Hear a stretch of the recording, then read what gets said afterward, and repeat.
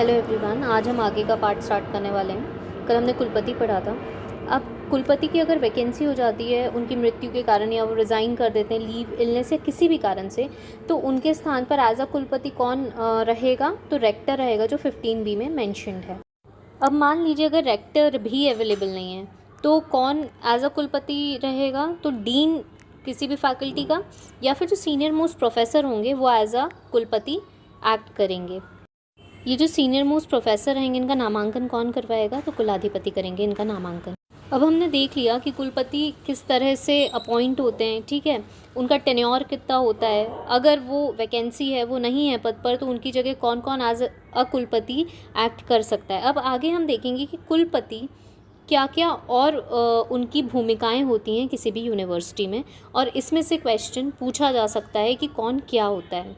अब देखें, कुलपति, जिसको हम इंग्लिश में वाइस चांसलर भी कहते हैं, वो प्रिंसिपल एडमिनिस्ट्रेटर होता है यूनिवर्सिटी में। जो एकेडमिक ऑफिसर होता है यूनिवर्सिटी का, वो भी कुलपति होता है।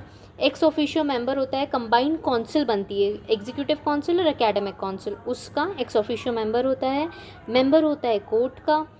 एग्जीक्यूटिव काउंसिल का क्या होगा? चेयरमैन होगा। और उसके अलावा अगर कुलाधिपति नहीं है तो एज अ कुलाधिपति मीटिंग्स को प्रिसाइड करेगा, ठीक है। तो ये फंक्शंस होते हैं कुलपति के। आपको 4 फंक्शंस देके ये पूछ सकते हैं कि इनमें से कहाँ कुलपति नहीं होता है। अब कुलपति की पावर की बात कर लें। देखिए, अगर कोई इमरजेंसी पड़ती है यूनिवर्सिटी पे, उस केस में कुलपति जो है एक्शन ले लेगा, पहले एक्शन ले लेगा, उसके बाद जो है ऑफिसर्स को बताएगा उस बारे में। देखिए, इस तरह का जो एक्शन होगा ना, वो 3 महीने से ज़्यादा नहीं चलेगा। इसका क्या मतलब हुआ? मान लीजिए कुलपति ने कोई इमरजेंसी आ गई, ठीक है, उसके चलते कोई ऐसा कदम उठाया कि जो यूनिवर्सिटी के खर्चों को क्या कर रहा है? प्रभावित कर रहा है। अब कुलपति ने कहा कि हम फ़लाना चीज़ के लिए जो है 1 लाख रुपए निकालेंगे। तो ये जो 1 लाख रुपए का खर्चा है, जो किसी विशेष मत में कुलपति ने निकालने को कहा है, ये प्रावधान बस 3 महीने तक चलेगा, उससे ज़्यादा नहीं चलेगा।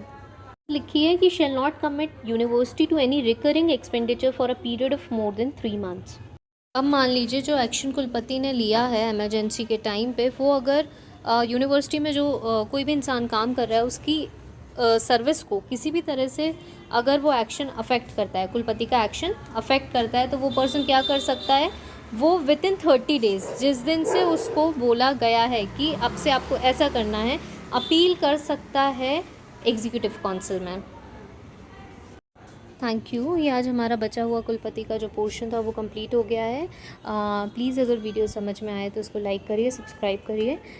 हम आगे जो है important points, important topics cover करने की कोशिश करेंगे। क्योंकि बहुत फास्ट सिलेबस है, आप सबने देखा है, पूरा कवर कर पाना इज़ नॉट पॉसिबल, बट फिर भी ट्राई किया जाएगा कि इंपॉर्टेंट चीज़ें तो कवर हो जाएं। Thank you.